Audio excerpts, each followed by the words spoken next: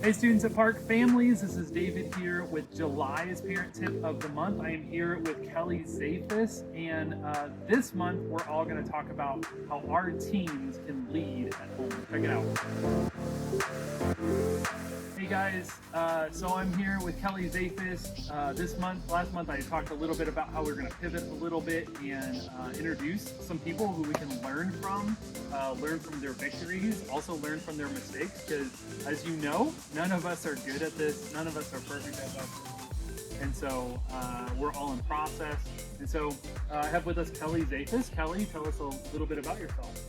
All right, so my name's Kelly Zafis. I'm married to Michael, and we have been at Park for almost 30 years, which is, I think, a world record. And we have 3 daughters. So one daughter, Anya, is in graduate school in England. Middle daughter, Faith, is in college, and our 14-year-old Lily is about to start school. Nice, yeah. So Kelly has graciously agreed to come on and share with us a little bit about her experiences, and also to share a little bit of our heart passion around leadership. So we probably tell our kids all the time that they can change the world, and hopefully we believe that, right?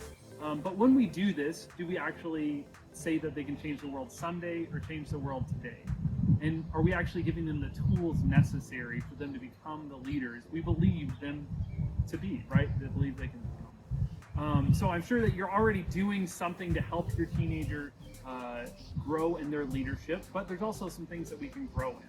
So the first thing we can do is let them lead and serve right now. What exactly this means depends on you, them, and the opportunities available to your disposal. So maybe it means letting them plan a family gathering, or lead your family in prayer, or discuss something that they really care about, or choose a book for you to read together. Maybe it means you volunteering alongside them, or allowing them to volunteer on their own. So that can be with a service project or different means. So you want to let them lead. So I'm just curious, like, what has been your experience with this, Kelly? So we have three girls, and each one of them, probably like your children, each one of them is quite different. They're very close, but very different. So we think of it when they're younger, prior to middle school, is really trying to try a lot of things and see where their skills come out. And so leadership looks very different for our first daughter versus our third daughter. So we just try and observe and watch and give them responsibilities and see where their leadership gift comes out. But we do believe in practically giving them leadership skills. So at home, when they are in high school, for example, if they're passionate about, like, oh, let's go camping here, then it's like, great, you do the work. Like, you find a site, you pick it up, and then they're super excited about it. When it comes time for responsibilities at home, to the extent possible, we try and have it be focused on an area that they're interested in.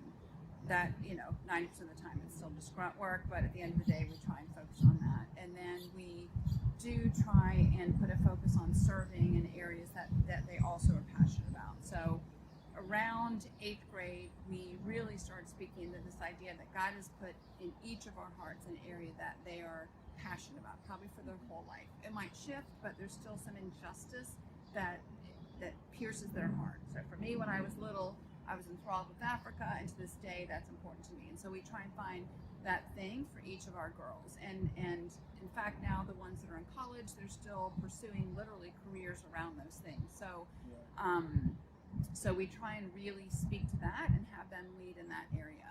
And we let them guide, to the extent possible, we let them guide service opportunities in that area. So Lily, who's 14, she really loves, like, home design and architecture and things like that, and feels a real tug around homelessness. So we found a very cool nonprofit called Digs with Dignity, and they basically take secondhand home goods and furniture and repurpose it and set up homes for homeless people. And so Lily and I volunteer there because she really likes that whole element of everyone should have a home, it should look nice. Yeah. So it's that kind of thing where the assumption is you will serve, and if possible can you do that in a way that uses your gifts? Even like our middle daughter Faith is rather artistic, and so she would just make cute little drawings for people that were sick, and that brought them joy. So it's trying to have them serve in the area where they seem to have a predisposition to leadership and giftedness. Yeah, that's awesome. Which leads us to our second kind of tip.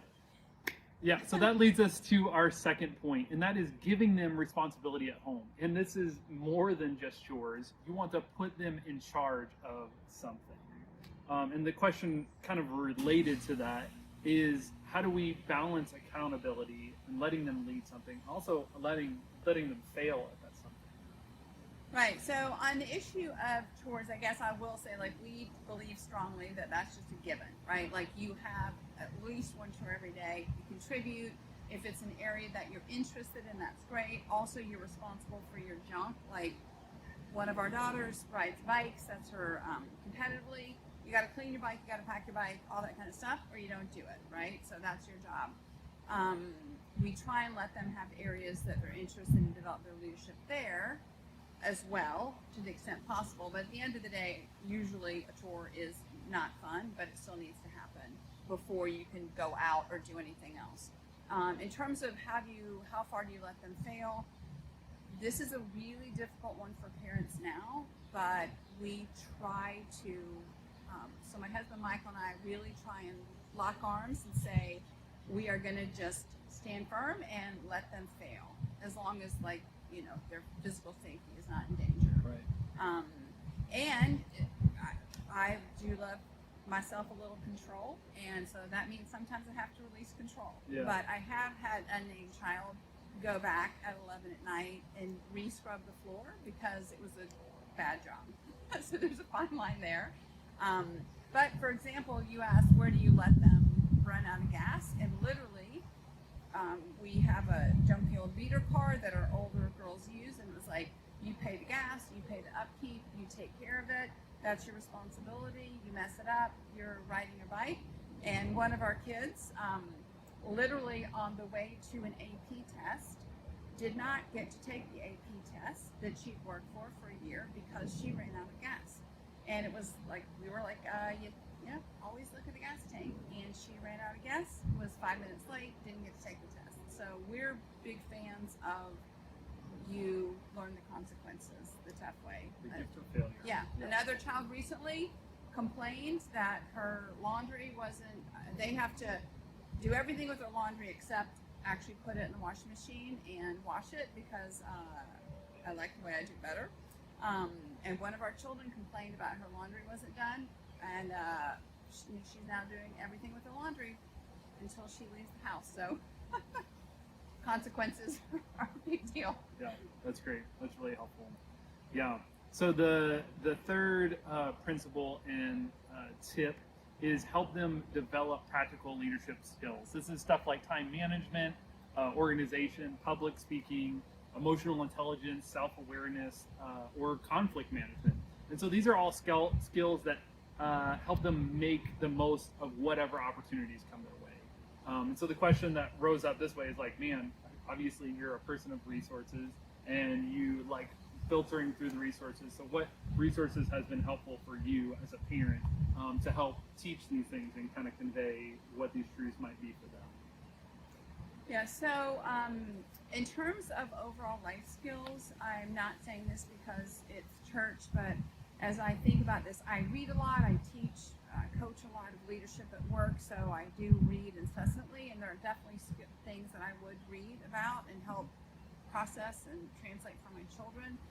But at the end of the day, if I had 5 hours as a parent, I think the fruit that I see is me being, going to the women's study and deep diving in Psalms or whatever the case is. So at the end of the day, it's God's words that give me the love and patience that I desperately need versus another tips and tricks. So I would say, for example, we've had profound impact in terms of observing leadership by going to the women's winter study with our girls, and they see older women leaders on stage at their table, they see cool young leaders. So I would definitely suggest that. But there are practical things and that really ties into also letting them fail. So executive functioning, organizational skills, we have kids across the spectrum on that.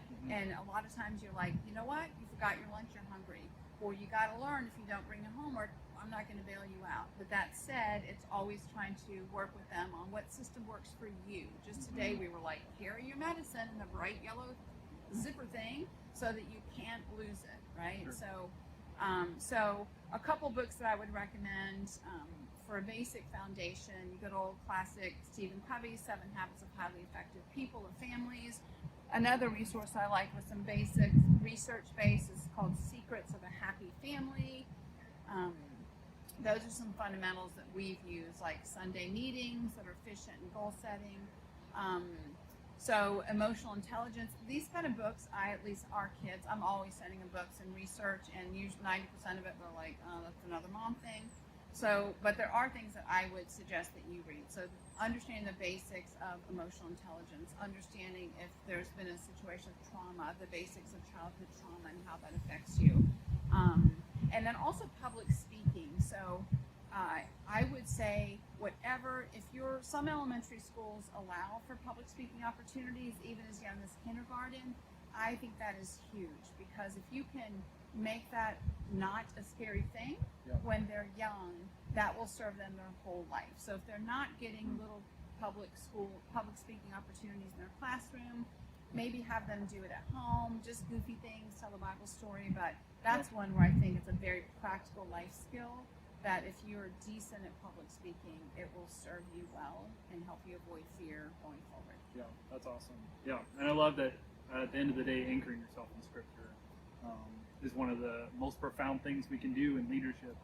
Just like you have the women's study, we've always had guys bring their teenage guys to Authentic Manhood, which is a great resource. If you've never brought your teenager to that, excellent resource for all of our fellows out there.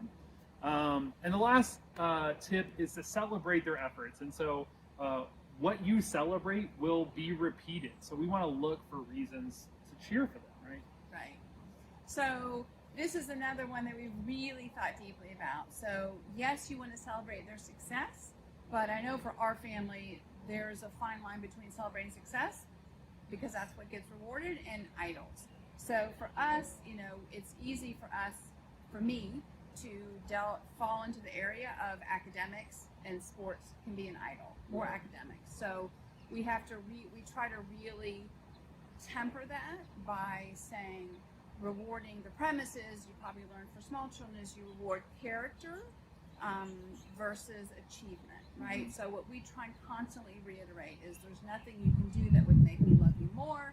There's nothing you can do bad that would make me love you less. So your love, our love for you is not dependent on your achievements or what you do. It's who you are. So I think that fundamental principle is really essential. And we run into super high achieving, very insecure individuals that are in a hot mess in college and later, because their worth is based on this high achievement, and the gas will run out of that. So fundamental is like, yes, who you are and your character is what should be rewarded. And of course, if you have great success in sports or whatever, but to that end, we try and point out character traits. Like, you know what? You really showed a lot of diligence in just getting back up when you were failing in that activity.